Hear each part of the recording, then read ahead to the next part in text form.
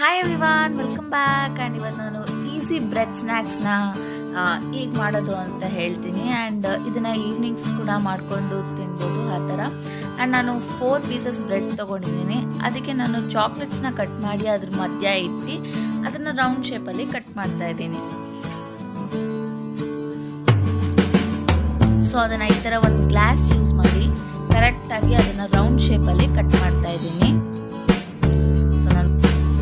ನಾನು ಸ್ವಲ್ಪ slow cut ಮಾಡ್ತಿದ್ದೀನಿ. ಆ್ಯಂಡ್ ಇದನ್ನು ಎರಡೂ ಇದೇ ಥರ ನಾನು ಕಟ್ ಮಾಡಿ ಇಟ್ಕೊತಾ ಇದ್ದೀನಿ.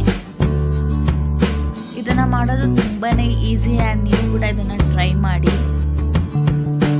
ಸೊ ಒಳಗಡೆ ಚಾಕ್ಲೇಟ್ನ ಫಸ್ಟೇ ನಾವು ಇಡಬೇಕು. ಆ ಬ್ರೆಡ್ ಥರ ನಾನು ಇದನ್ನು ಕಟ್ ಮಾಡ್ಕೊತಾ ಇದ್ದೀನಿ. ನೀಟಾಗಿ ಆ ಗ್ಲಾಸಲ್ಲಿ ನಾವು ಪ್ರೆಸ್ ಮಾಡಿದ್ರೆ ಸಾಕು, ಅದು ಬರುತ್ತೆ. ಬ್ರೆಡ್ ಸಾಫ್ಟ್ ಇದ್ದರೆ ಈ ಥರ ಮಾಡ್ಬೋದು. ಬ್ರೆಡ್ ಸ್ವಲ್ಪ ಹಾರ್ಡ್ ಇದ್ದರೆ ನೀವು ನೈಫಲ್ಲಿ ಚಾಕುವಲ್ಲಿ ಕಟ್ ಮಾಡೋದು ಟ್ರೈ ಮಾಡ್ಬೋದು.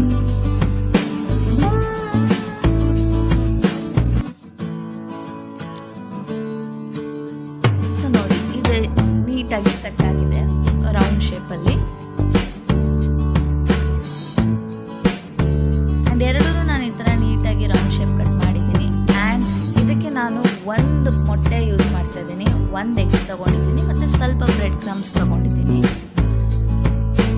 ಇದನ್ನು ಎಗ್ಗಲ್ಲಿ ನೀಟಾಗಿ ಡಿಪ್ ಮಾಡಿ ಒಂದ್ಸತಿ, ಆಮೇಲೆ ಬ್ರೆಡ್ ಕ್ರಮ್ಸ್ ಜೊತೆ ನಾವು ಆ್ಯಡ್ ಮಾಡ್ತಾ ಇದ್ದೀವಿ. ಆ್ಯಂಡ್ ಚಾಕ್ಲೇಟ್ ಒಳಗಡೆನೇ ಇರುತ್ತೆ. ನೀವು ಬೇಕಂದ್ರೂ ಎಕ್ಸ್ಟ್ರಾ ಚಾಕ್ಲೇಟ್ಸು ಹಾಕ್ಬೋದು, ಇಲ್ಲಾಂದರೆ ನೀವು ಚಾಕ್ಲೇಟ್ ಕ್ರೀಮ್ ಕೂಡ ಹಾಕ್ಬೋದು. ಇದನ್ನು ನಾನು ಬ್ರೆಡ್ ಕ್ರಮ್ಸ್ ಜೊತೆ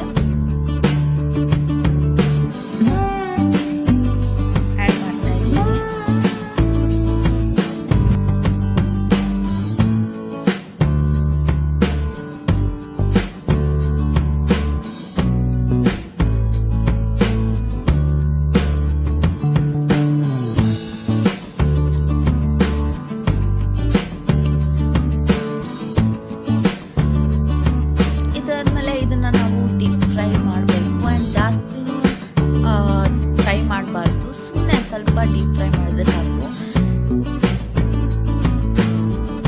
ಸೊ ಫ್ರೈ ಮಾಡೋಕ್ಕೆ ಎಣ್ಣೆ ಕಾದಿದೆ. ಆ್ಯಂಡ್ ಇದನ್ನು ಸ್ವಲ್ಪ ಗೋಲ್ಡನ್ ಬ್ರೌನ್ ಆಗೋವರೆಗೂ ಸ್ವಲ್ಪ ಚೆನ್ನಾಗಿ ಫ್ರೈ ಮಾಡಬೇಕು.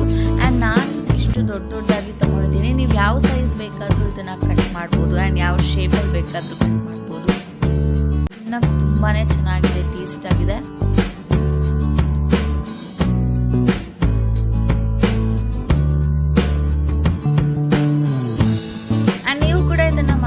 ಟ್ರೈ ಮಾಡಿ. ಆ್ಯಂಡ್ ಇದೇ ಥರ ನನ್ನ ಚಾನಲ್ಗೆ ಸಪೋರ್ಟ್ ಮಾಡ್ತಾ ಇರಿ. ಈ ವಿಡಿಯೋ ನಿಮಗೆ ಇಷ್ಟ ಆಗಿದ್ರೆ ಸಬ್ಸ್ಕ್ರೈಬ್ ಮಾಡೋದು ಮರಿಬೇಡಿ.